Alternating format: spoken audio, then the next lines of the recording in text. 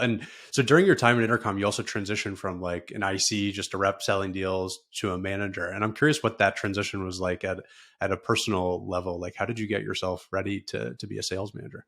Yeah, it's funny. I think um, I'd been successful at some different stops in my career, and I'd felt like I'd gotten good enough at sales to make a career out of it. I also really enjoy sales. Like sales is something that's so challenging, and you learn a lot. And I had this opportunity to manage a team and to manage a new team that was frankly kind of an experiment. It was like, we're going to give you this team to manage. We'll give you 6 months and see if we can prove out some impact. So it's kind of a trial by fire type thing.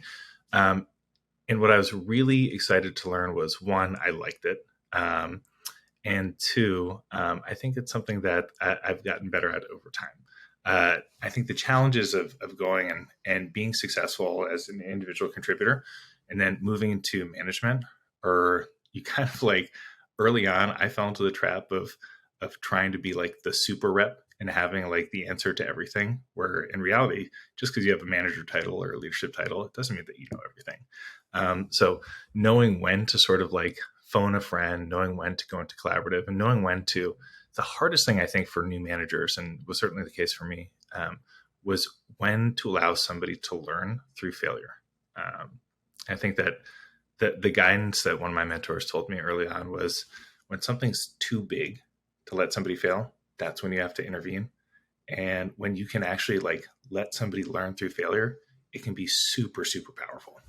Yeah, now at Stytch, like you're a VP, you're a VP of revenue, and so I'm curious, like, what is that transition like, and like, what do you think is the biggest difference between being like, a revenue leader, sort of at the VP level, versus being a manager on a sales team?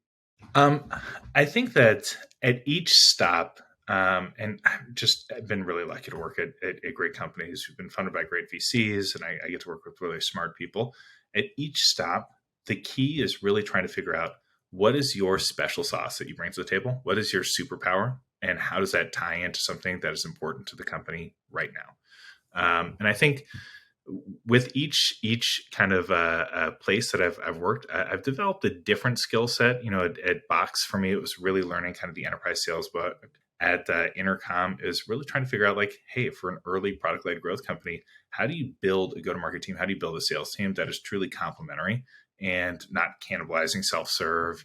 Adding value, helping move us up market, and driving net dollar retention. And at these different places, you learn kind of like how to tap into your background and your skill set and figure out how to have the most impact. I think that the thing that I love most, and I've discovered this over the past couple of years, is when you're building 0 to 1 or like 1 to 5 teams, everything you do has outsized impact. And everything you do, from like hiring a person, setting a culture, setting a performance bar, reinforcing that performance bar, it sets the table for the next 3, 6, 18 months.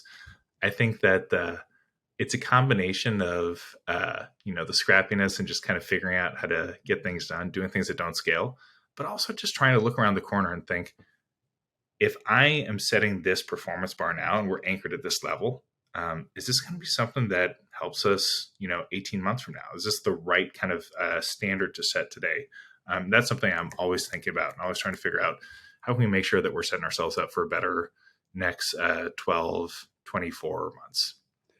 And I feel like the first 90 days of leading a revenue team is just so important, especially when you come in from the outside, right? There's just a lot of trust you need to build in both directions, right? With the sales reps on your team and with the leadership team. And so, yeah, how do you think about building trust? And I mean, is it getting quick wins? Like, yeah, how do you think about sort of coming in and just making an impact right away?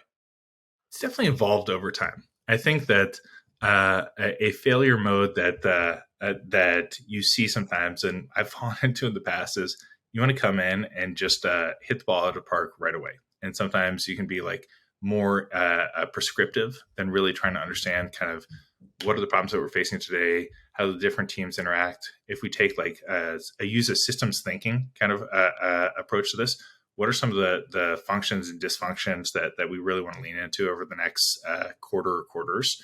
I also think that, depending on the stage of company you join, you don't want to get too strategic and far away from deals and deal level execution. The worst thing that you can do, particularly in like a a year like this is to drop the ball on execution. Every CRO I know, every VP of sales I know has been more deal level focused this year than they have in the past 10.